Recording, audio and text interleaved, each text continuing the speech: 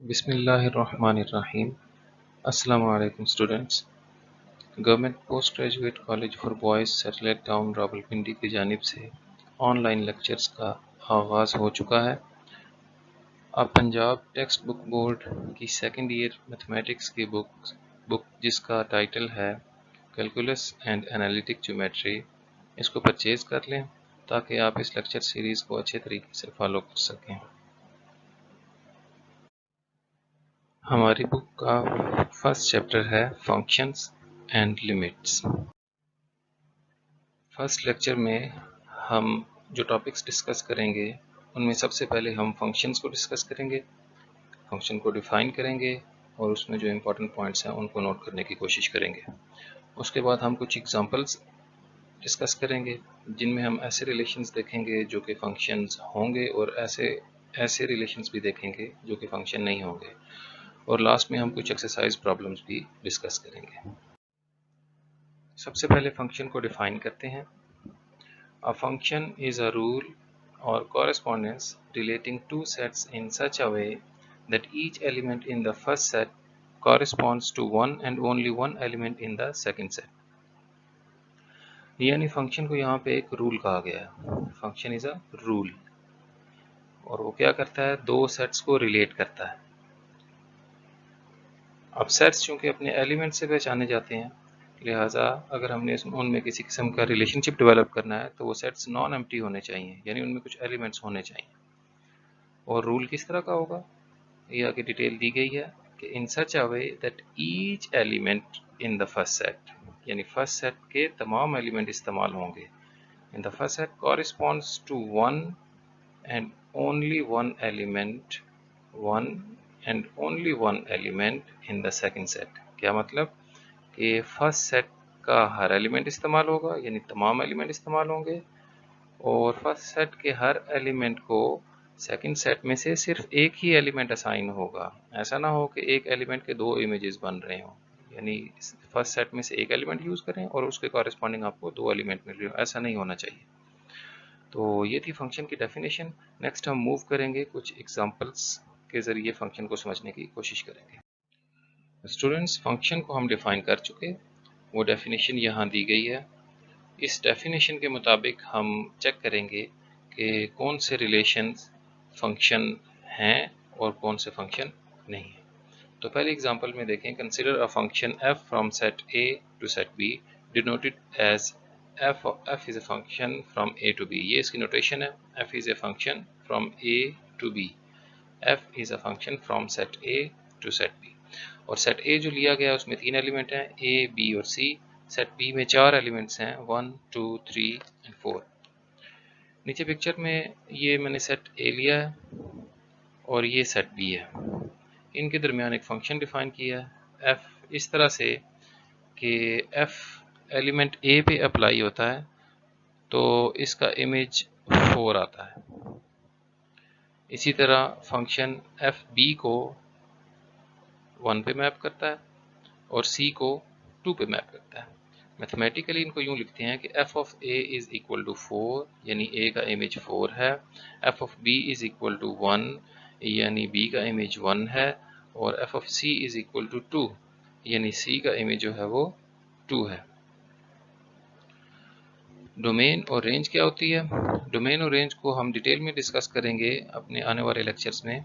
यहाँ मुख्तसरन आपको कंसेप्ट इस तरह से देता चलूँ कि आप यूँ समझ सकते हैं कि डोमेन को आप कह सकते हैं कि इनपुट जो हम असाइन करते हैं फंक्शन को, और रेंज जो है वो इमेजेस होते हैं, यानी आउटपुट जो फंक्शन हमें देता है। तो आप देख सकते हैं कि यहाँ पे हमने इनपुट एक a दिया था, एक b दिया था और एक c दिया था। तो डोमेन में ये तीनों एलिमेंट्स आ गए a b c, जबकि जो हमें इमेजेस मिले हैं वो हैं 4 जो कि a का इमेज था, 1 जो कि b का इमेज था और 2 जो कि c का इमेज था। तो ये 1 2 और 4 ये रेंज में आ गए हमारे पास। इस तरह से हम डोमेन और रेंज आसानी से देख सकते हैं। अब ज़रा डेफिनेशन के ज़रिए वेरीफाई करते हैं इस रिलेशन को, क्या ये वाकई फंक्शन था भी तो देखें सेट ए के तमाम एलिमेंट्स वाकई ही इस्तेमाल हो रहे हैं।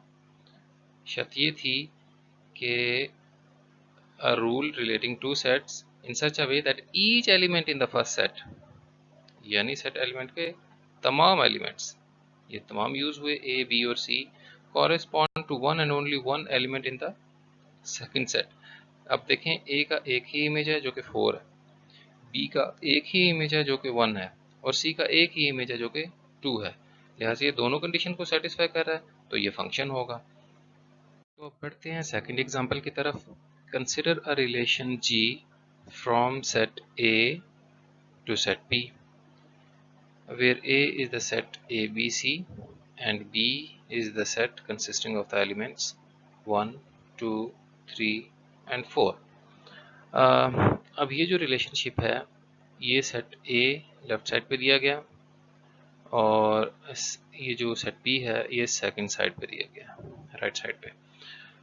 यहाँ पे देखें कि G के अंदर A क्या कर रहा है, A का इमेज 4 है,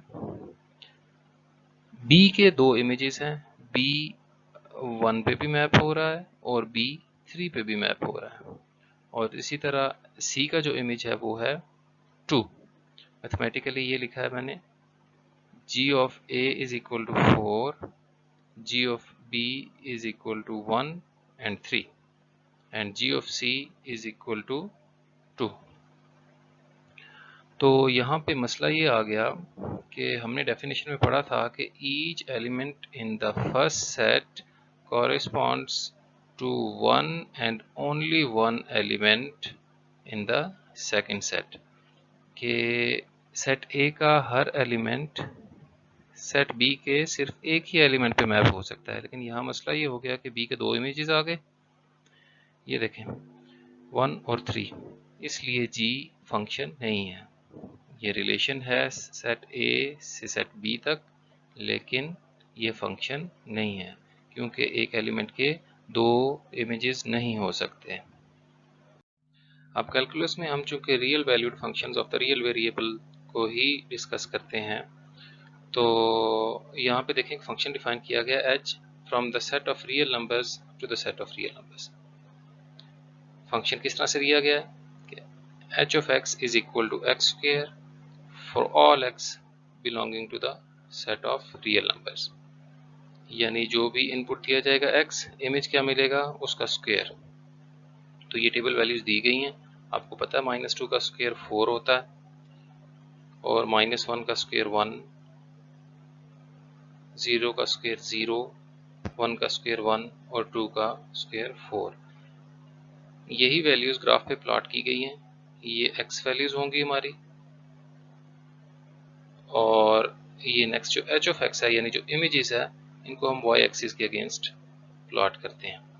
तो देखें -2 का इमेज 4 था, तो -2 को 4 के अगेंस्ट प्लॉट किया गया है यहाँ पे, ये। इसी तरह -1 का स्क्वायर 1 था, तो ये -1 और 1 ये सेकंड पॉइंट आ गया। थर्ड 0 का स्क्वायर 0 था, तो ये वर्टेक्स आ गया यानी ओरिजिन। 1 का स्क्वायर 1 था, तो ये आ गया, और 2 का स्क्वायर 4 था, तो पॉइंट बना 2, 4। इस तरह से ये इसका ग्राफ बन गया। यहाँ से आप देख सकते हैं इसकी डोमेन और रेंज के बारे में कि हम इसमें तमाम रियल नंबर्स को पुट कर सकते हैं, लिहाजा इसकी डोमेन तो तमाम रियल नंबर्स है। लेकिन इसकी जो रेंज है, आपको पता है कि रियल नंबर का स्क्वायर कभी नेगेटिव नहीं हो सकता, तो और इसका ग्राफ भी आप देख सकते हैं कि एक्स एक्सिस से ऊपर बन रहा है, यानी नेगेटिव वाई एक्सिस में इसका ग्राफ शो नहीं हो रहा। लिहाजा इसकी जो रेंज बनेगी वो ऐसे तमाम रियल नंबर्स जो कि 0 या 0 से बड़े हों वो इसकी रेंज में शामिल हो जाएंगे। तो इस एग्जांपल को डालने का एक ये मकसद भी था कि हमारी एक्सरसाइज का जो फर्स्ट टॉपिक है वो है evaluation of function at various points, यानी एक फंक्शन आपको दिया गया हो, उसका फंक्शनल रिलेशन दिया गया हो, तो उसको मुख्तलिफ पॉइंट्स पे कैसे इवेल्युएट करना है हमने। तो हम एक्सरसाइज की तरफ पढ़ते हैं और देखते हैं कि एक फंक्शन गिवन हो तो हम उसको उसके मुख्तलिफ पॉइंट्स पे कैसे इवेल्युएट करते हैं। ये एक्सरसाइज 1.1 है। फर्स्ट क्वेश्चन में आप देख सकते हैं कि दो फंक्शंस दिए गए हैं, ए एक फंक्शन ये दिया गया है कि f of x is equal to x square minus x, और दूसरा फंक्शन दिया गया है square root of x plus 4। इनको मुख्तलिफ पॉइंट्स पे हमने एवेल्युएट करना है। सबसे पहले 1 पे, फिर 0 पे, इसी तरह x माइनस 1 पे, और फिर एक्स स्क्वायर प्लस 4 पे। तो फंक्शन को किसी पॉइंट पे एवेल्युएट करने का तरीकाकार ये है कि फंक्शन में जो भी वेरिएबल यूज हो रहा है उसकी जगह वो पॉइंट पुट कर दें, सिंपली रिप्लेस कर दें।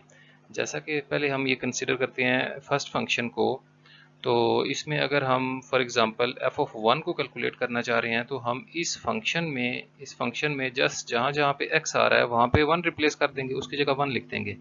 यानी f of 1 is equal to f of x is equal to x square minus x था, तो f ऑफ 1 क्या बनेगा, 1 स्क्वायर माइनस 1। इसको सिंप्लीफाई करेंगे तो 1 माइनस 1 इज इक्वल टू 0।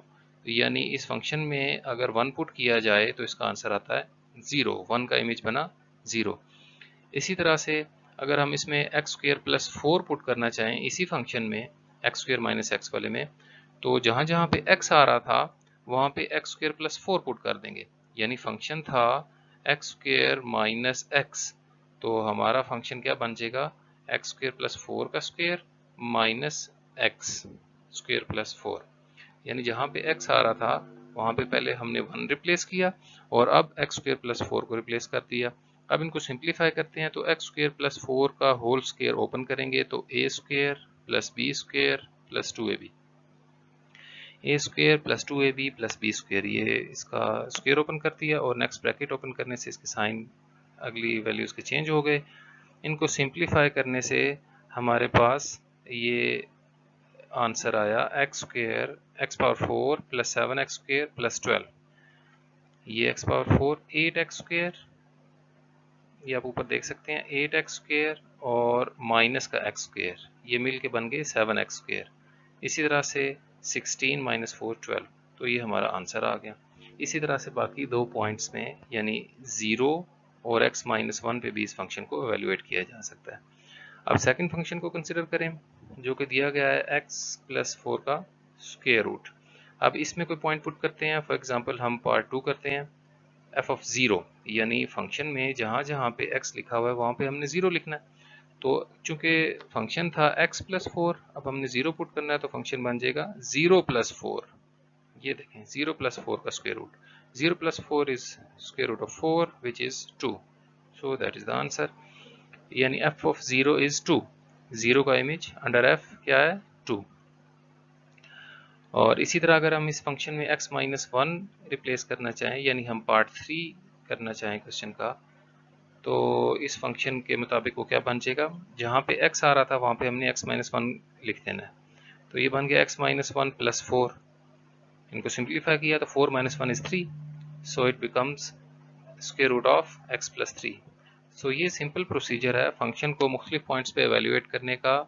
तरीकाकार सिंपली ये है कि जिस पॉइंट पे आप फंक्शन को एवेल्युएट करना चाहते हैं, फंक्शन में x की जगह पूरे एक्सप्रेशन में, पूरे रिलेशन में वही पॉइंट पुट करते हैं और उसको सिंप्लीफाई करें, आपको रिजल्ट मिल जाएगा।